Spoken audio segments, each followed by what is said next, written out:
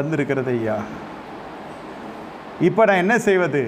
மீதி என்ன பண்ணுகிறது? அது தொழிலாகவே கற்றுக் கொடுக்குறார் பாருங்க. அதை விற்று நீயும் உன் பிள்ளைகளையும் ஜீவனம் பண்ண. என் ஊழியத்துக்கு கொடுலாம் அவன் கேட்கல அந்த மனுஷன்.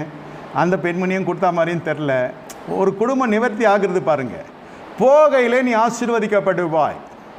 உண்மையோடு இருக்க வேண்டும். ஒரு அதிபதிக்கு முன்பு சந்திக்கிற பொழுது எப்படி இருக்க வேண்டால், ஒரு எந்த மனுஷன் அதிபதிக்கு போய் நிற்க வேண்டிய மனுஷனாக இருக்கிறானோ மனுஷியாக இருக்கிறார்களோ அவர்களுடைய வாழ்க்கையில் ஒரு வனாந்தரம் புயல் வீசிக்கொண்டே இருக்கும். என்ன புயல் வீசும்? ஒரு பற்றாக்குறை புயல் வீசும். வனாந்திரம் என்றால் குடிக்க தண்ணீர் இருக்காத இடம். ஜெபிப்பீர்கள், பதில் வராததை போல் இருக்கும். வனாந்திரத்தில் யார் வருவார்கள் என்று கேட்டால் அபிஷேகம் பண்ணப்பட்ட மனுஷன் தான் கிருபை பெற்ற விசுவாசி தேடி வருவான். இந்த இடத்துல தாவீது வனாந்திரத்தில் ஆடுகளை மேய்த்து கொண்டிருக்கிறார். 1 சாமுவேல் 17வது அதிகாரம். அப்பொழுது மணிக்கு 16வது அதிகாரம்.